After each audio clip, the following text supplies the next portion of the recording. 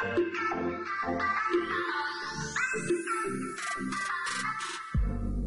it's Chris, the supply chain doctor and APICS coach, providing you insights and tools to better understand and apply the APICS body of knowledge to everyday supply chains. In this interview, we spoke with Russell Soro, a professional transitioning from a career in sales and marketing into supply chain management. We met Russell in a workshop at Georgia Tech where he was beginning his APICS certification pursuit. In this interview, Russell discusses the advantages of taking an APICS class and his 4-step approach to success. So today I'm with Russell Soro. He's speaking to the APICS coach about his recent success with the CSCP process. Again, Russell, congratulations on recently passing the APICS CSCP exam, and thanks for sharing your experiences with us. Hopefully others can listen to this and either develop confidence in studying for the exam or develop a study plan, or possibly both. Well, thank you for the opportunity to share my story. Yeah, I'm glad you're taking the time. So Russell, let's take a few minutes to discuss why you wanted to pursue the APICS CSCP certification and things you did to help prepare for the exam. Let's start with your why. Why did you want to pursue an APICS certification, and then specifically the CSCP? Well, I'm making a career change from marketing and communications into supply chain and logistics. And I did a lot of research and found that the CSCP APICS certification was highly sought after and highly respected in the industry. So I wanted to just shoot for the best certification I could in the industry and thought the CSCP would be what I need. So did you consider other certifications, or was this pretty much what you've decided was the best? I did look at some other certifications, but as I continue to research the industry, the CSCP stood out as a certification that was, sought after, and a lot of people in the industry, professionals in the industry, had that certification. So I just decided on the CSCP, and the course was available, here in the Metro Atlanta area, so it was convenient. Well, it sounds like you did good research there. That's always a good skill to have, especially in professional development or in a job search mode. So you felt it was important to get a certification. I guess that's all part of continuous improvement and making yourself available.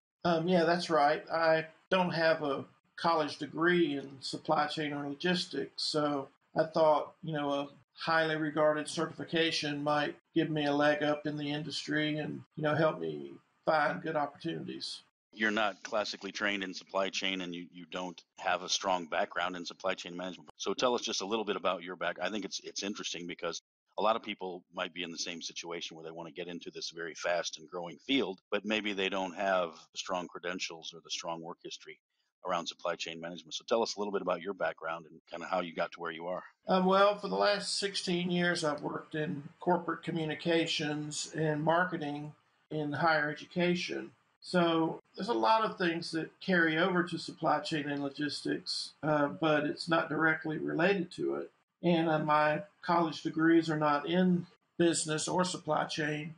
So trying to get into the industry, I thought getting, a good certification would be a really important step, to learn the industry, as well as show that I have knowledge about the industry to get a job. And I think a lot of, regardless of what you learn, I think it's a good certification to have. I think a lot of it as well just shows that your kind of personality or your desire to make, continuously do things. You're not just sitting there watching TV or just waiting for the phone to ring. You're actually trying to go out there and make something happen. So I think that says a lot about you as well. For anybody that wants to study and get certifications, regardless of what they are. You have to try to go after what you want. And I think this certification is going to help me do that. And a large part of it is understanding what you want. Russell, thanks for your background there. You recently passed the exam. Tell us a little bit about how you got there, what your process was, maybe any key learning points. The idea here is anybody that wants to listen in just to kind of develop their own plan maybe as they're starting out. Certainly, the key to the exam was the boot camp course that I took through APICS. It gave me a lot of information to help me narrow down what to focus on for the exam. There's an abundance of information to study from APICS. Russell, those boot camps, those were a partnership with APICS Atlanta and Georgia Tech, and we do offer those twice per year. So check out the either APICS Atlanta or the Georgia Tech website. Yes, that's right. It was through Georgia Tech Supply Chain and Logistics Institute. very well run courses, a key to me passing the exam, of course. So taking the in-person course also allowed me to meet other professionals in the industry. So it was great for networking and, hearing about real world experiences in the industry. Also in the boot camp course, we got a lot of essential study aids, such as key terms lists and test taking tips and things that I wouldn't have received had I not done that course. So it was, I think very important for me personally to take that course in person. And also, the course provided slide decks of information that was helpful for preparing for the exam, and just gave me a feel, for the industry from other people and professionals in the industry. There's a couple options. You can take a class, a live class. You can actually do online programs, and then you can do self-study.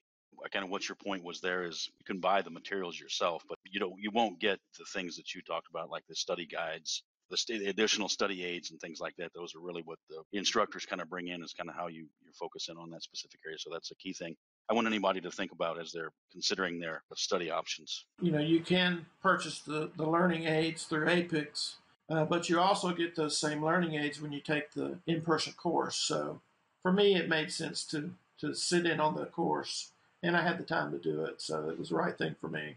Yeah, and I would encourage anybody listening to consider purchasing the learning system through your local chapters. The chapters are funded through membership and instructions, and that's one of the ways that it's going to be a little bit cheaper for the individual to buy it through the chapter, plus the chapter gets a little bit of a bonus there. Did you do anything post besides just the class itself? A great deal of study. The course, the class basically just focused my energies in the right direction, but there's no way to go over all the course material in a 3-day class. It's too much material. So I basically had a 4-prong approach to preparing for the test, and I can go over those 4 things. Yeah, it sounds like you have a methodology. Please share. The first thing I did was I reviewed all of the keywords from APICS and from the keyword list that we received in the boot camp class. So the class helped us narrow down the words and the terms to focus on. So I created an Excel spreadsheet of all the terms, which allowed me to easily navigate through the terms and access the information on all my devices easily. And I also created a Quizlet program, which provided me digital flashcards, questions and answer functions, and I guess somewhat automated the learning of the terms, made it easier to navigate, more fun, more interesting, just a different way to study terms than just looking at them on a page. So Quizlet I just used the free version. You can pay for more functions, but I found it very helpful. Electronic flashcards and different types of little things for the terms. So the terms are key, of course. I mean, me being new into the industry, most of the terms, I'd never studied before or didn't know. So it was very helpful to focus on the terms. Secondly, I reviewed the learning system course content from the books and the online resources. So the learning system comes with 3 books. I believe it's 3 books. And it's all online as well. So I read through all of that material, which is hundreds and hundreds of pages. And I tried to narrow down the information I thought that was important. So I basically copy-pasted information onto a Word document that I felt like was important to study instead of reading every word of the content over and over. That wouldn't have really been feasible. It's too much to read. So I tried to narrow down that content, which actually still ended up being 40 pages in a Word doc at 12-point font. So it was still a lot of material, but it allowed me to focus it a little bit better. Plus, you can access your Word documents more easily online on your mobile devices. So for me, that worked. Also, secondly, to study the learning system content, which are basically like textbooks, so to speak. The third thing I did was I focused my reviewing on as many sample questions as possible. There are hundreds and hundreds of questions, sample questions, available in the APICS Learning System, and it tracks your answers for you as you go. So you can go back and see the questions you missed, review the questions you missed. There are also sample tests in the learning system that sort of mimics the testing software you'll actually use when you take the exam. I found that to be very helpful. I took advantage of every single question in the learning system that was available to me. The questions that I missed, I reviewed multiple times over again. I don't know how many questions there are, but 500 or 600 at least, I would think, in the learning system. So that was very helpful and very easy to use and navigate and manage. I also paid for a third-party testing app for questions called Pocket Prep. And this app had about 700 CSCP example questions. And it also tracked all of your activity so you could review the questions you missed. It just gave a little different slant to questions than the APICS Learning System. So you're able, if you get stuck or bored in the learning system, you could go to this app, and it's just different, something to look at different, to stimulate your thinking. It allows you to set up exams and with different numbers of questions and all types of different little study aids through Pocket Prep that were available. And of course, it's available on all your portable devices. The app was fairly expensive, as apps go. If I remember right, it was $60 or $70. But I think for me, it was money well spent. It's a lot cheaper than paying for a retest on APICS. So I felt like for me, that was helpful. Just something different to look at rather than the learning system all the time.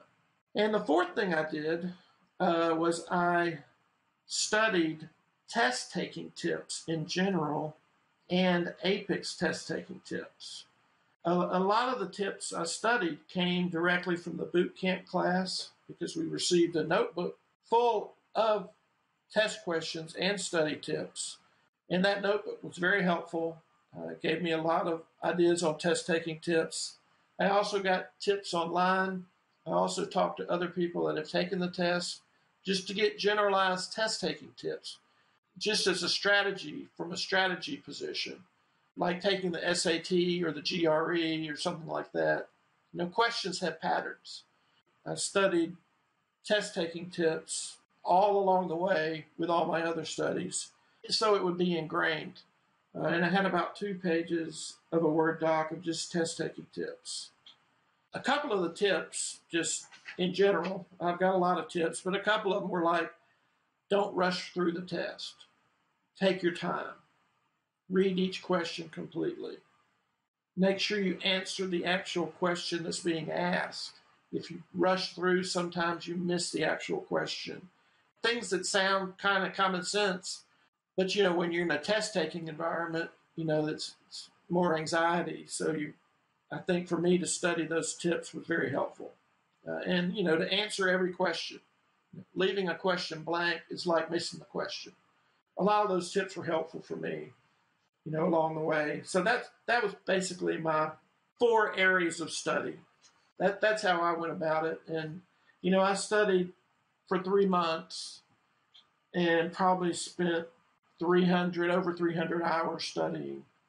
But again, the material was all new to me. So, I felt like I really had to do a lot to push through the learning curve. And luckily it worked out and I passed it. So I was very pleased. Yeah, so I'm just looking through my notes. You've got a methodology, which is good for any supply chain management professional to have some methodology. And then I'm just going to highlight a couple of things I keyed on. I think you said the spreadsheet, and you created a Word document. From my perspective, I think when you do those things, it just helps solidify the learning concepts because you start relating things, you start seeing things as you go through it. So, regardless of what you put in it, I think just creating that spreadsheet or creating the Word document or whatever it is, I just think helps make it more concrete. Maybe that's one of the benefits you saw. Going through the content and creating something from the content is very helpful. optimally, writing it down is the best thing, but I didn't do that. That's a lot of writing. So Sure. That's old school writing. yeah, but it is very effective. The other thing you mentioned was the Quizlets. That was an interesting concept, and you said it was free. Is that something that's still available? Can people reuse that, Russell, or is it your proprietary information, or what's the guidelines on that?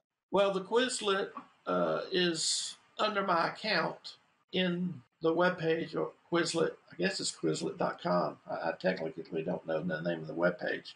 It's available if someone wants it. So it's just an open platform that as long as you have it there, you didn't delete anything. Anybody can go in and probably check it out. We'll have to look at that. Yeah, no, I didn't delete it. I mean, it's words. I mean, it's not my knowledge. It's just words and terms. I just put it in a format, so it's not proprietary or anything. Yeah.